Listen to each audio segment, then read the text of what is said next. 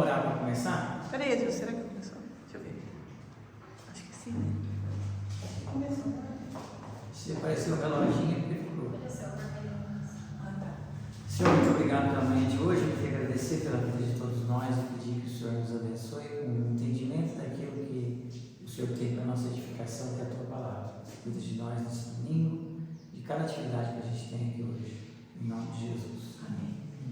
Então a gente vai hoje finalizar o capítulo 15 de 1 Coríntios e, como eu falei semana passada, a minha ideia semana passada era fazer uma visão geral e hoje eu ia passar alguns pontos específicos do capítulo 15. Depois a gente passaria para o capítulo 16. Aqui só uma revisão muito rápida, para quem não pegou o começo da aula semana que vem. A gente tem que entender o que está envolvido na questão da igreja de Corinto e da carta de Paulo aos Coríntios. O problema principal dessa igreja era o orgulho. Esse era o problema principal. Isso que é tratado por eles. Esse orgulho era manifesto, como todo orgulho, das mais variadas formas. Tinha a questão da rejeição da autoridade de Paulo, até por alguns motivos que a gente vai ver daqui a pouquinho. Tinha uma questão de quebra de comunhão entre aqueles que eram mais ricos e os mais pobres, o que a gente percebe principalmente no capítulo 11, quando Paulo trata a questão da ceia. Problemas morais que existiam na igreja. Nessa igreja tinha um homem que dormia com uma madrasta, tinha a questão de processos judiciais entre irmãos na igreja, no modelo da época, tinha prostituição, tinham várias coisas na igreja. E tinha uma coisa que estava por trás disso, que a gente chama de escatologia ultra-realizada. Essa escatologia ultra-realizada estava ligada com isso que apareceu aqui. Paulo várias vezes usa essa palavra grega, pneumáticos, para se referir a eles, quando deixa muito claro que eles se entendiam assim. A tradução dessa palavra quer dizer homem do espírito, ou homem espiritual.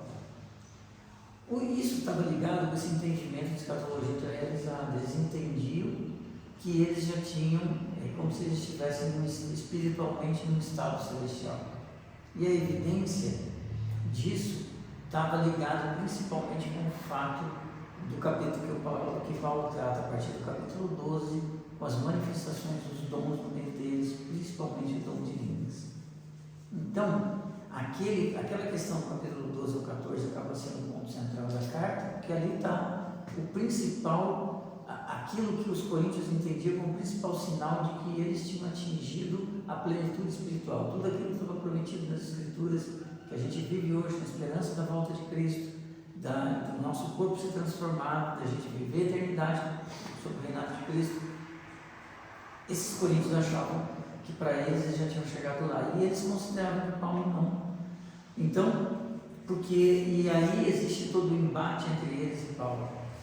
A gente sabe que não tinha influência de falsos ensinos, tinha uma influência muito grande da sabedoria grega, porque Corinto é uma cidade grega, várias coisas envolvidas, mas tudo acaba voltando para o mesmo ponto, orgulho, que eu até tratei aqui na semana passada, como sendo um problema gradual, porque embora com outras manifestações a gente continua tendo orgulho em nós, como um ponto que muitas vezes dificulta a gente de entender, de aceitar, de compreender, de buscar.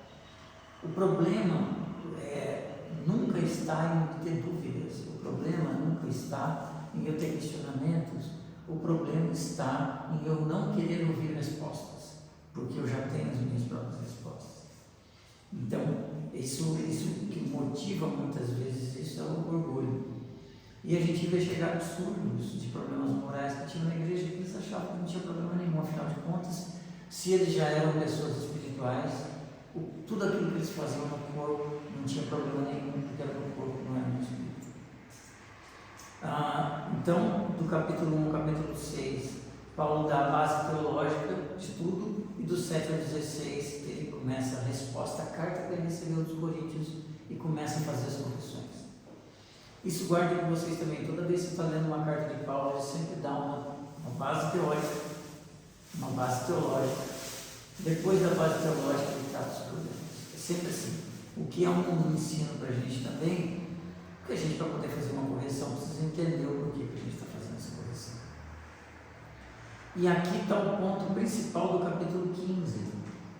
Capítulo 15, Paulo vai tratar de um último problema, e tratando desse problema a gente consegue fechar o entendimento do que significava essa escatologia ultrarealizada.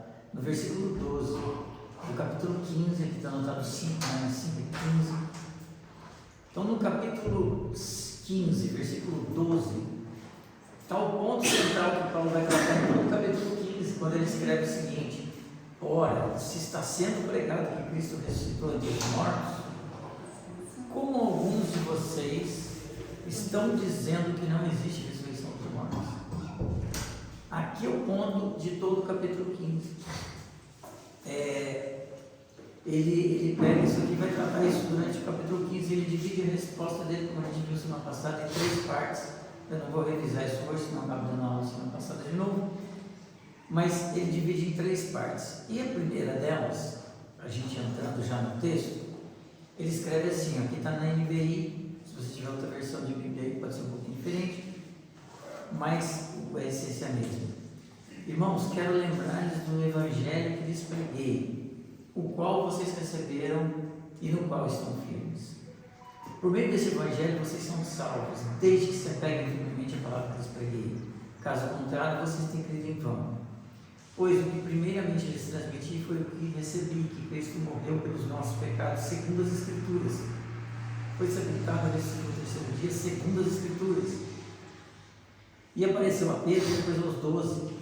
Depois disso apareceu a mais de 500 irmãos de uma só vez, a maioria dos quais ainda vive, embora alguns já tenham adormecido. Depois apareceu a Tiago e então a todos os apóstolos. Depois desses apareceu também a mim, como a um que nasceu fora de tempo, e sou o menor dos apóstolos, e nem sequer mereço ser chamado de apóstolo, porque persegui a igreja de Deus. Mas pela graça de Deus sou o que sou, e sua graça para comigo não foi em vão. Antes trabalhei mais do que todos eles, contudo não eu, mas a graça de Deus comigo. Portanto, quer tenha sido eu, quer tenham sido eles, é isso que pregamos e é isso que vocês creram. Então, ele começa o argumento dele reafirmando um ponto que é fundamental na nossa fé, que Cristo morreu pelos nossos pecados e Cristo ressuscitou. Esse é um ponto que ele é muito fundamental. E ele repete aqui pontos importantes. Ele diz, logo no primeiro versículo, que poder falar assim: eu quero lembrar do Evangelho que lhes preguei e que vocês receberam. Então, o que ele está dizendo aqui foi uma coisa, então eu quero lembrar-lhes. Portanto, eles já tinham recebido esse ensino de Paulo, e ele está lembrando a eles daquele ensino que ele deu. E está dizendo o seguinte: vocês receberam, então vocês creram. O que está acontecendo entre vocês então? Ele diz que por meio desse Evangelho, por meio desta verdade que ele ensinou, que Cristo morreu pelos nossos pecados e ressuscitou, que através da fé nisso nós somos salvos. Então ele está reafirmando uma verdade que quem já estudou as cartas de Paulo conhece muito bem, que é a questão da centralidade da fé na nossa salvação. A fé em Deus, a fé em Cristo, a fé na obra de Deus através de Cristo. Esse é o ponto principal da fé cristã. Alguém que se diz cristão, como os coríntios se diziam, é para dizer: eu sou cristão. Então tá, então você crê que Cristo é o próprio Deus encarnado? Sim. Você crê que Cristo morreu como uma morte que a gente chama de expiatória, como pagamento pela nossa dívida de separação com Deus? Sim.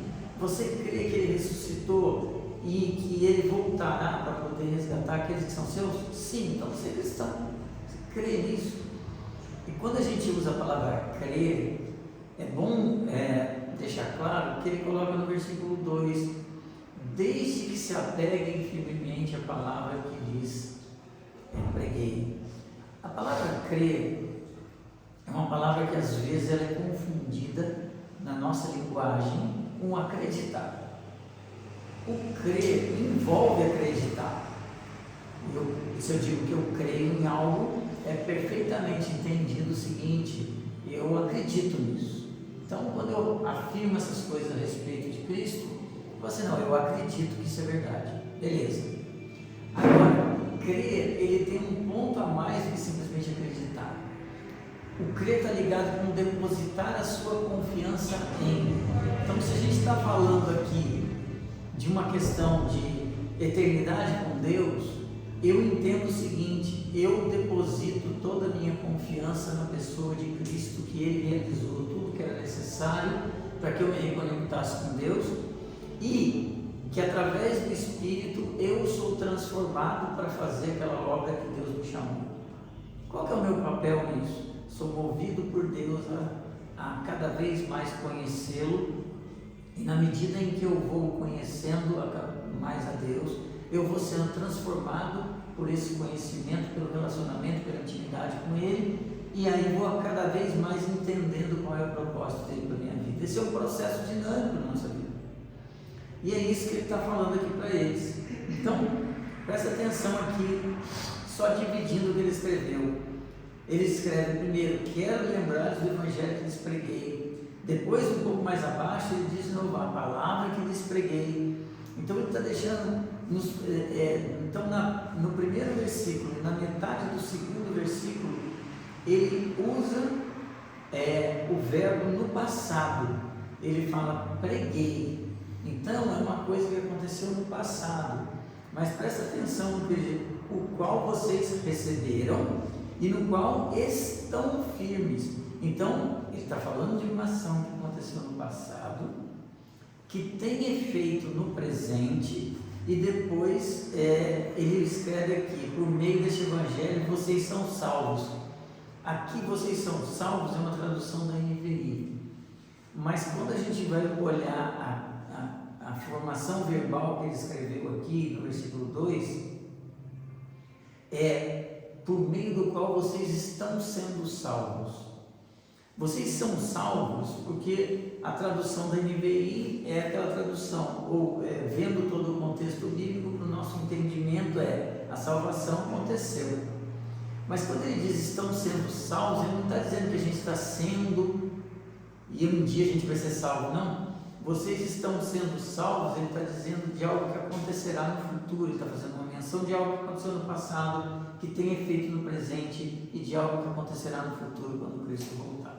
Por isso que ele usa no original essa questão: estão sendo salvos. Então, ele está deixando claro o seguinte: vocês creram, isso tem efeito hoje e terá efeito futuro quando Cristo voltar. Como que vocês então, qual é a intenção dele? Levá-los a raciocinar como que eles estão dizendo que Cristo não volta, que eles não terão ressurreição no futuro. Essa é a intenção dele. A questão de estar firme e permanecer firme, ela não fala a respeito de um ponto que você pode escutar dentro de igrejas hoje: a questão de perda de salvação. Existem alguns movimentos cristãos que entendem que a salvação pode ser perdida, que você pode, por exemplo, cometer um pecado grave e perder a salvação por isso. Esse texto aqui não permite esse tipo de interpretação, por isso que eu falei para vocês. Ele está dizendo aqui que o que está acontecendo com eles se eles não tivessem, eles permitissem esse falso ensino, eles na verdade teriam, se eles continuassem pregando isso, a ressurreição não valeria de nada, porque eles estavam dizendo que não teria a transformação do corpo deles, portanto estariam negando a própria ressurreição de Cristo.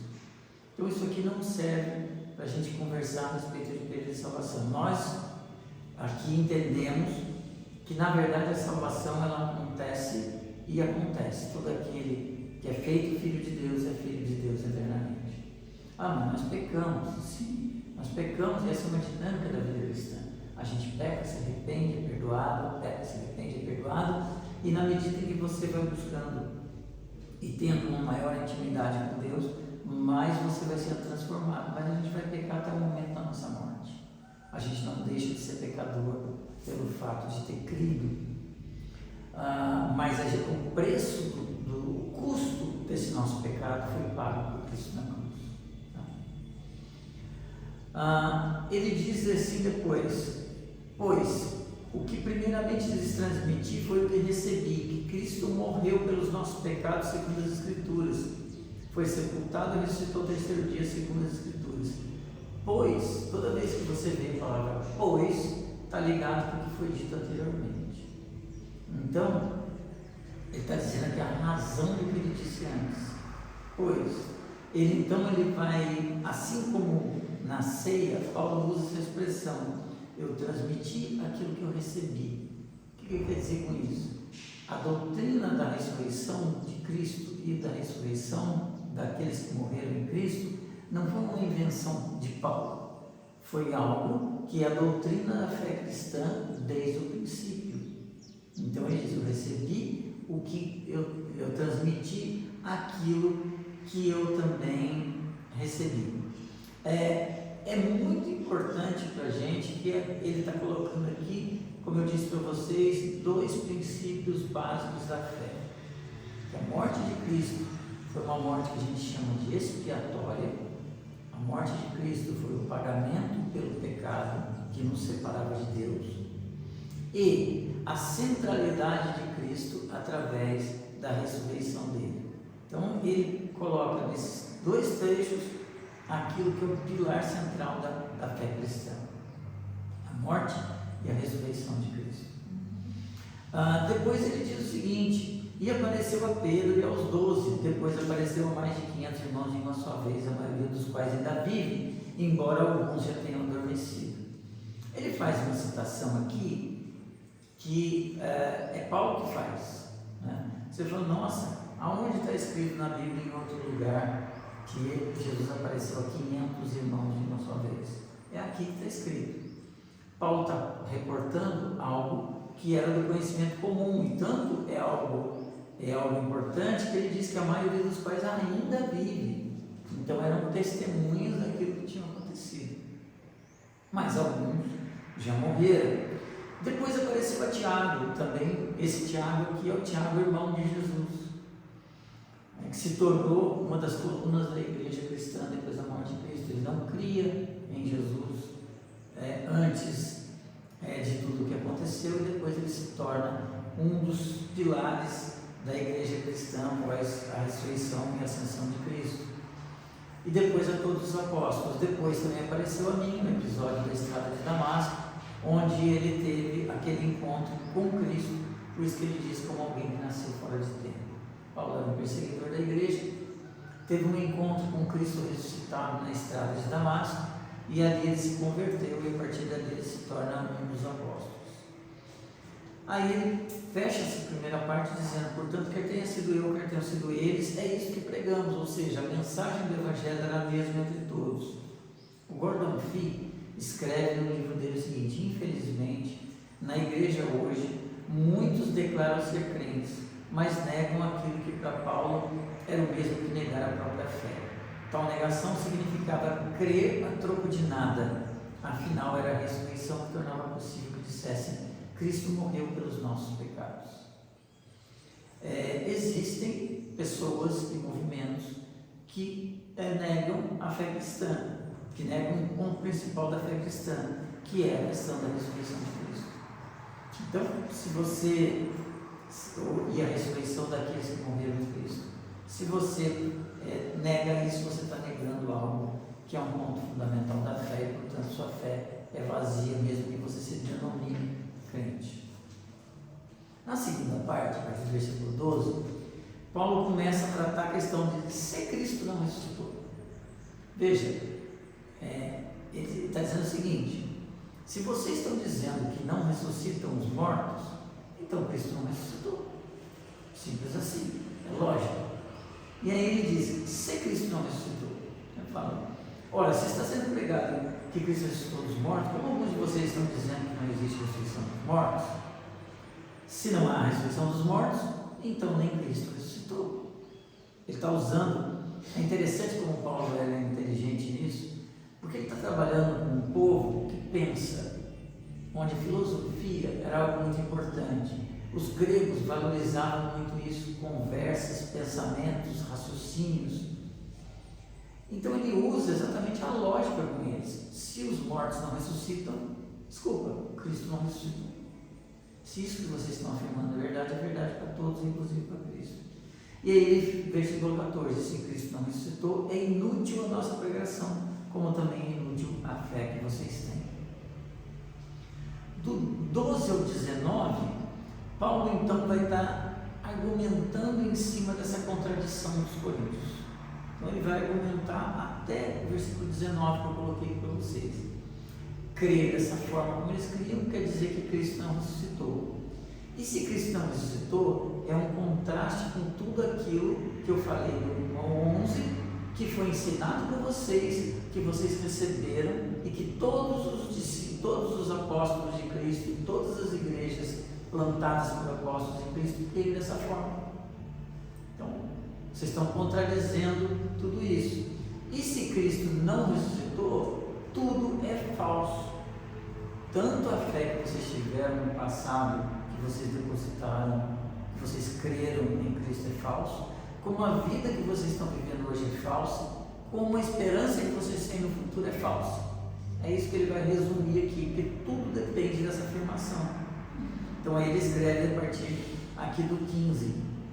Mas, mais que isso, seremos considerados falsas testemunhas de Deus, pois contra ele testemunhamos que Cristo ressuscitou dentre os mortos. Mas se de fato os mortos não ressuscitam, ele também não ressuscitou a Cristo. Veja que no versículo 15, ele coloca o seguinte, algo que a gente vai trabalhar mais para baixo um pouquinho. Final do versículo 15, ele também não ressuscitou a Cristo. O que ele está dizendo aqui? Cristo foi ressuscitado por Deus. É uma questão da hierarquia de função, não é hierarquia de posição, mas de função. Cada um tinha sua função. Todos são Deus. O Pai é Deus, o Filho é Deus, o Espírito Santo é Deus, mas cada um com uma função. E ele está dizendo aqui que o Pai ressuscitou a Cristo. O Cristo que estava encarnado, que morreu na carne, foi ressuscitado pelo Pai. Versículo 16, pois se os mortos não ressuscitam, nem mesmo Cristo ressuscitou. E se Cristo não ressuscitou, inútil a fé que vocês têm. E ainda estão em seus pecados. Veja a implicação disso para eles. Se a morte de Cristo foi o pagamento pelos nossos pecados, e a ressurreição dele significa que ele venceu esses pecados, ou seja, que ele pagou por isso, se não aconteceu isso, vocês ainda estão separados de Deus. É isso que ele está dizendo. Nesse caso, os que morreram, que ele usa aqui a palavra, os que dormiram em Cristo, estão perdidos. Porque se eles morreram separados de Deus, estão perdidos. Tudo tentando mostrar para eles a contradição. Se é somente para essa vida que temos esperança em Cristo, dentre todos os homens somos mais dignos de compaixão. Veja o versículo 12. Ora, se está sendo pregado Cristo, como alguns de vocês estão dizendo, eu disse para vocês que é o ponto central. Divida isso em duas partes. A posição dos coríntios, então, significava o quê? Para eles, os mortos não ressuscitavam. Certo? Agora, o que significa que a ressurreição significa que aqueles que morreram ou aqueles que morrerão, que eles terão uma vida corpórea no futuro. O que Paulo está dizendo aqui é que na ressurreição a gente vai ter um corpo. A gente não vai ser, como eu disse, fantasminha Gasparzinho andando por aí. O que no entendimento deles era algo como sendo um entendimento de ressurreição ligado a uma espécie de reanimação do corpo, do nosso corpo corruptível. E Paulo nega isso. Na verdade, ele vai tratar mais abaixo que o nosso corpo vai ser transformado. A gente vai ter uma ressurreição do corpo, mas não é exatamente o corpo como a gente tem hoje, que envelhece, adoece e morre. É algo que seria diferente. Então, ele fala aqui no versículo 13, eu citei para vocês o 13, o 17 e o 18. onde ele vai tratar a questão de estar perdido, a questão de ser inútil. Perdido por quê? Volta na sua Bíblia em 1 Coríntios capítulo 6, versículo 11.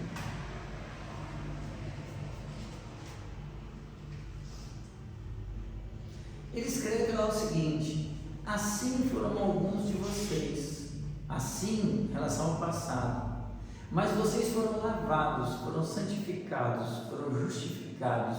Ele usa termos teológicos aqui para nossa salvação, no nome do Senhor Jesus Cristo e no Espírito de nosso Deus. Ele está dizendo aqui que se aí no ensino, se Cristo não ressuscitou, que eles simplesmente não foram perdoados dos pecados dele, por isso eles estão perdidos. Tá? A negação do futuro que eles ressuscitarão em Cristo significa então a negação do passado, que é o perdão dos pecados.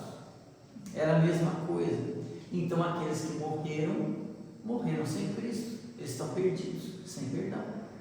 Por isso que ele diz que no versículo 18 eles estão perdidos. E por isso que ele escreve em 19, se você continuar lendo: se é somente para essa vida que temos esperança em Cristo, dentro dos homens somos os mais dignos de compaixão. Tá?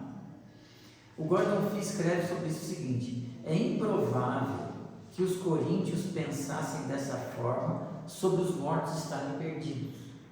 Então Paulo está afirmando isso para eles, mas é como se você contrasta a pessoa com algo para levar ela a pensar, porque eles não consideravam que os mortos estavam perdidos, não.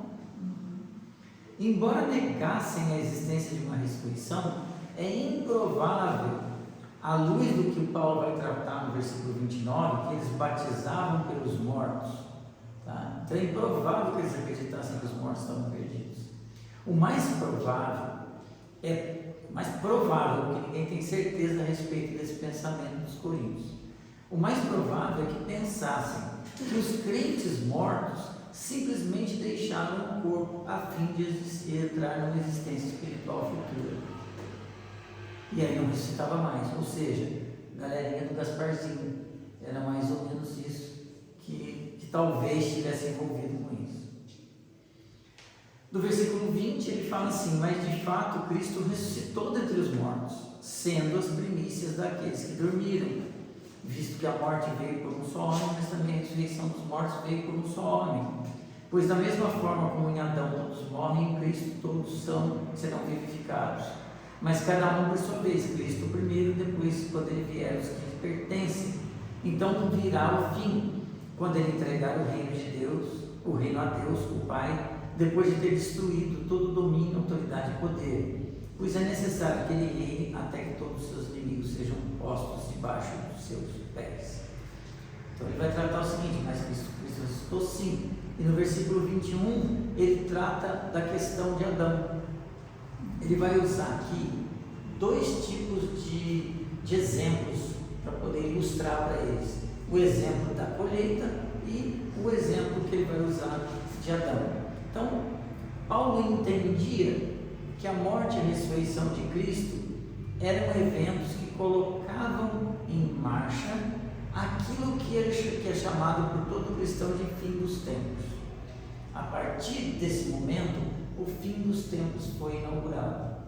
Então, aquilo que a gente vive hoje, segundo um entendimento bíblico, é o fim dos tempos, que vai se encerrar quando Cristo voltar e todas as coisas forem transformadas.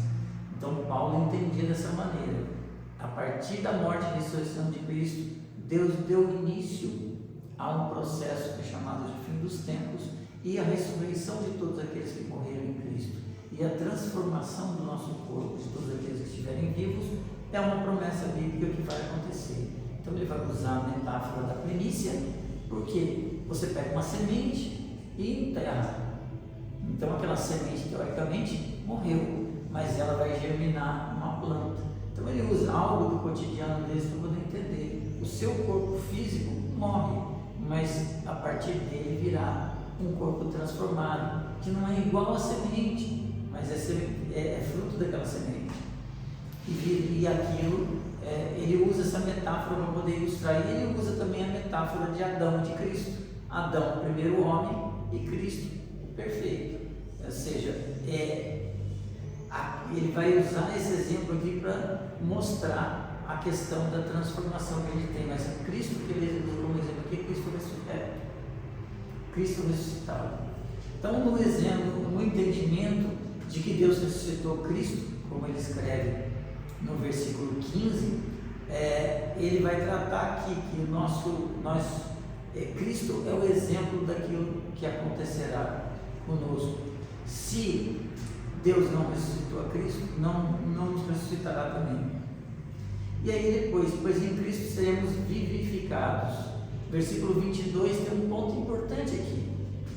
Pois da mesma forma como em Adão todos morrem, em Cristo todos serão vivificados. Essa frase, ela tem que ser interpretada dentro do contexto do que Paulo está tratando. Porque senão você lê o seguinte: todos morreram em Adão. Essa é uma verdade para toda a humanidade. Então quer dizer que toda a humanidade vai ser vivificada em Cristo? A gente tem que tomar cuidado, porque essa frase, e aqui está o cuidado da gente tirar um texto do contexto. Essa frase tem que ser entendida dentro do contexto do capítulo 15. Todos os crentes. Assim como todos morreram em Adão, está falando para eles, assim como todos vocês morreram em Adão, todos vocês que creem foram sendo vivificados em Cristo. É isso que ele está tratando aqui. Ele continua aqui com uma citação a partir do versículo 23, em que na verdade ele está citando uma coisa importante que eu queria destacar para vocês, esse finalzinho aqui, o 27 e o 28, quando ele fala que Deus sujeitou debaixo dos seus pés. Paulo está fazendo uma citação aqui de dois salmos. O Salmo 110, versículo 1, que é um salmo que a gente chama de messiânico, é um salmo que entendido como anunciação do Messias, em que no Salmo 110, versículo 1, está dito o seguinte: o Senhor disse ao meu Senhor, é um salmo de Davi, senta-te à minha direita, até que eu faça dos teus inimigos um estrado para os teus pés. E o Salmo 8, versículo 6, em que está dito: tu o fizestes dominar sobre as obras de tuas mãos, sobre os seus pés tudo puseste. Então Paulo pega dois salmos messiânicos e coloca aqui como uma ilustração disso que ele quer que seja entendido. Então, Deus, ele é a fonte de tudo e ele é o objetivo de tudo.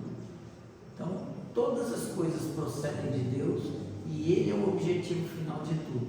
Coloca isso na nossa vida hoje. Deus é aquele que me criou, Deus é aquele que me salvou e Deus é aquele para quem eu vivo. Essa é a ideia que está por trás disso. Então não importa o que eu estou fazendo, não importa se eu estou jogando bola, não importa se eu estou na faculdade, não importa se eu estou em casa, não importa se eu estou no trabalho, eu na verdade, tudo aquilo que eu faço deve ser movido. Por que eu faço? Eu faço aquilo para Deus. Paulo trata isso, né? Quer comais, quer bebais, quer façais qualquer outra coisa, faça tudo para a glória de Deus. Então, esse é o entendimento que tem que estar envolvido nisso aqui. E como eu disse, colocou toda a questão aqui de movimento no fim dos tempos. E essa questão de que no versículo 20, quando tudo estiver sujeito, então o filho sujeitará aquele que é tudo sujeito ao pai. Isso aqui não é uma questão de subordinação do filho. Ele usa uma linguagem de subordinação, mas é uma subordinação funcional. O filho tinha um papel. Qual era o papel do filho? Vir, viver perfeitamente, entregar a sua própria vida como pagamento, morrer na cruz, ressuscitar e dessa maneira salvar todos aqueles que creem. Essa era a função do filho. Por isso que ele coloca essa subordinação, que no final tudo voltará a Deus como o propósito. Depois do versículo 29, nessa história toda: se não há ressurreição, que farão aqueles que batizam pelos mortos? Não existe nenhum relato bíblico, nenhum relato histórico de nenhum tipo de batismo pelos mortos. Então Paulo cita uma coisa aqui que sinceramente ninguém tem resposta. O que fica muito claro é que existia algum tipo de prática entre eles ligada a isso. Mas é estranho, porque por isso não ser uma doutrina bíblica, por que Paulo não apontou que estava errado? porque ele não fala nada contra aqui. Não dá para entender, mas qual que é a implicação disso? Eu não sei se vocês sabiam, mas os mormons, né, eles têm eles ensinam uma prática de batismo dos mortos. A prática de batismo dos mortos é que uma pessoa viva é batizada no lugar de alguém que morreu, mas creu. Tipo assim, eu estou doente, morri, mas não fui batizado. Então eu pego a Cássia e batizo a Cássia no meu lugar por procuração. A Cássia foi batizada por mim, no meu lugar, para cumprir. Então, onde é que eles tiram apoio? Nesse versículo 29. Esse versículo 29 não dá para a gente ninguém. Todo mundo você tem pelo menos umas 10 teorias para explicar esse versículo 29. Mas isso aqui é um mistério. O que Paulo quis dizer com isso? O fato é que existia alguma prática ligada com isso na igreja dos Coríntios. Mas ele não faz nenhum aprofundamento a respeito disso aqui. Um pouquinho disso, ele não é contra, mas ele não fala nada contra, mas ele está usando uma ironia ali. Pode ser, essa é a possibilidade. Se voltar, você vê, se os mortos, por que se batizam por ele? Não, vocês estão fazendo uma coisa, então, por que vocês estão fazendo se não ressuscitam? O fato é que eles faziam. Isso. E o fato o problema é que você não lê em lugar nenhum da carta ele falar que é absurdo vocês batizarem. Mas ele fala dos absurdos, eles não querem ressurreição, é a mesma coisa comigo. Pode ser. Porque aqui em versículo, você vai tirar uma teoria do versículo. Não, então, mas os mormons tiram. Isso, está errado. Agora, por que? Eu não sei. É o famoso batismo por procuração. Tá? É o batismo por procuração. Né? Agora, como será essa questão da ressurreição? Mas alguém pode perguntar, como ressuscitam os mortos? Com que espécie de corpo virão? Que ele escreve no versículo 35. Aqui, se você pega esse trecho do 35 ao 58, ele escreve uma introdução no versículo 35 e ele fecha no versículo 58, é como se fosse uma moldura. E ele, no meio aqui, ele vai tratar tudo a respeito disso. Paulo não tinha tratado em nenhuma das cartas dele ainda a questão de ressurreição dos crentes. Ele trata aqui. E ele tratou aqui porque existia um problema. Tá? Então ele começa a partir do versículo 35. Se você vai pegar o trecho do 36 ao 44, Paulo vai usar duas analogias. A analogia da semente, tá? E dos tipos de corpos que a gente tem. O nosso corpo corruptível e o nosso corpo incorruptível. O nosso corpo da carne aqui e o nosso corpo celestial. Ele vai usar essas duas coisas. E é interessante como ele escreve, porque até aqui tem algumas palavras que Paulo repete muito. Uma dessas palavras que ele repete é a palavra necros, que é a palavra que quer dizer morto.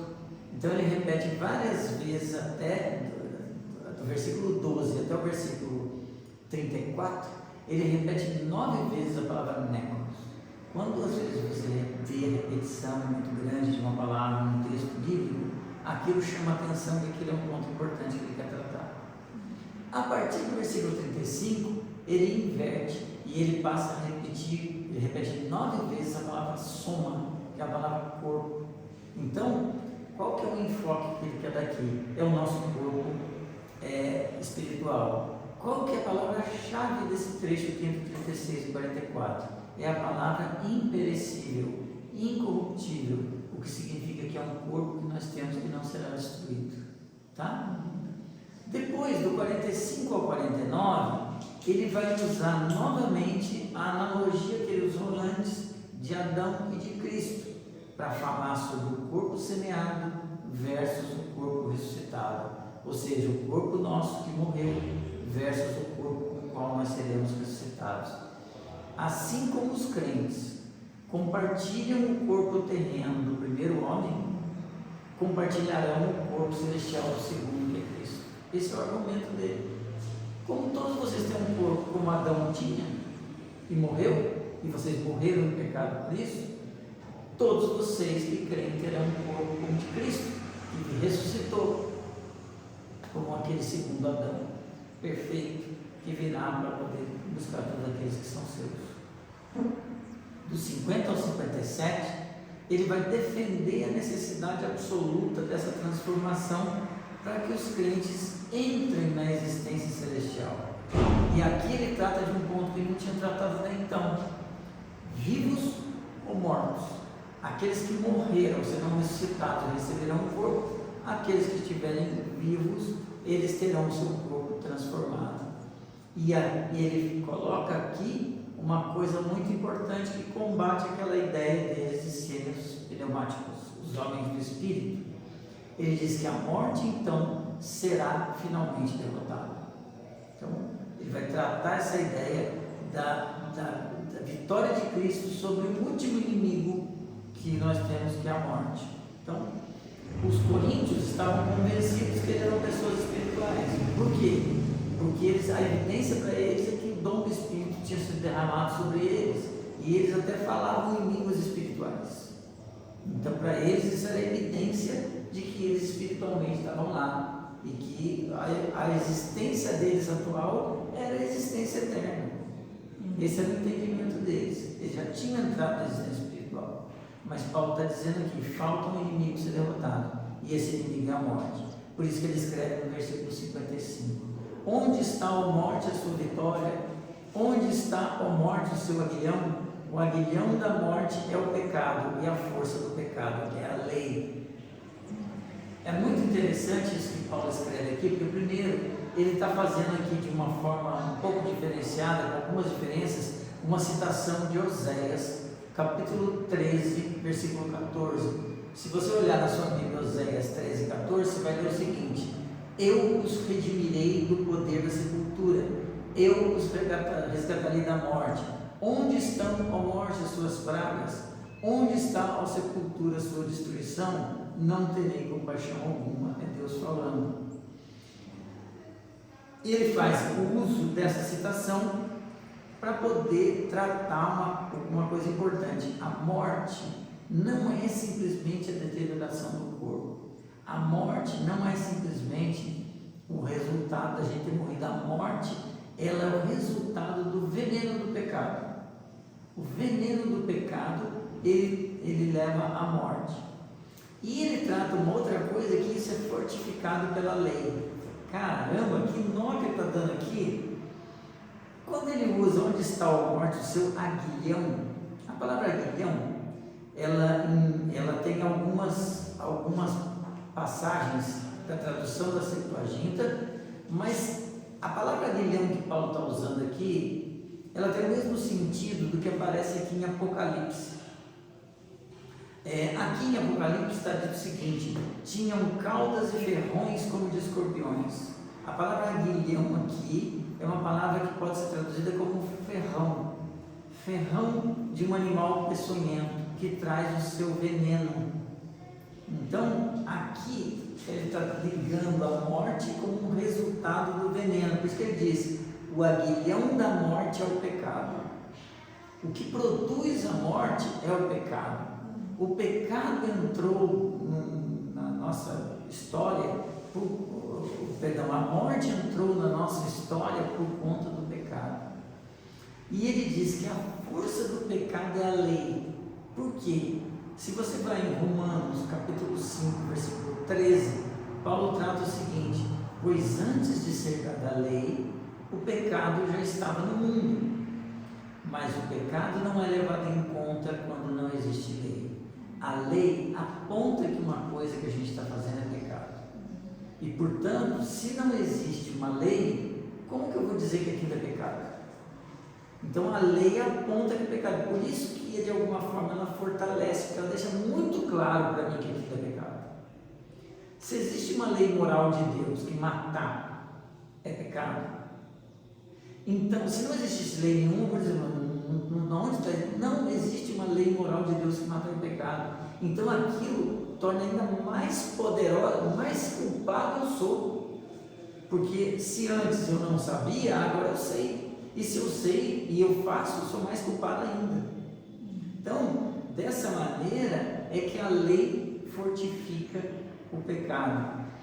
E o mais importante é que a lei deixa muito claro que o nosso pecado não é contra o outro igual a nós. O nosso pecado, em primeiro lugar, é contra Deus. Então, se eu faço mal a alguém, eu fiz mal àquela pessoa. Eu pequei contra ele? Sim. Mas antes de pecar contra ele, eu pequei contra Deus. O que torna a nossa responsabilidade diante do pecado ainda maior. O que faz com que a consequência diante do pecado ainda maior. Porque eu, na verdade, estou pecando contra Deus em primeiro lugar. Com isso a gente encerra o capítulo 15. Semana que vem a gente vai ver o capítulo 16 para a gente encerrar a 1 Coríntios, depois volta para a história da igreja. Alguém quer fazer alguma pergunta? Ou uma observação? Eu pensei que aguilhão tinha aprendido que era como uma ponta que fica cutucando. Aí você falou de ferrão, eu gostei mais da sua colocação, porque o veneno, né, entra, né? Ele fica na gente. Mas tinha uma questão do aguilhão, não tinha? Existe, porque se você hoje for numa zona rural e você vai alguém que está tocando carro de boi, ele tem uma vareta e tem uma ponta. E aquilo é chamado ferrão. Que é o aguilhão. Então existe isso. Existia, só que aqui você vê que o sentido ele está ligado realmente com o veneno. No escorpião eu gostei mais. Entendeu? Eu gostei mais, não sabia disso. Mas existe essa figura sim, e existe essa possibilidade de tradução. Mas o que encaixa melhor é isso que está aqui. Alguma outra pergunta? Ô tio, negócio dos mortos, né? Eu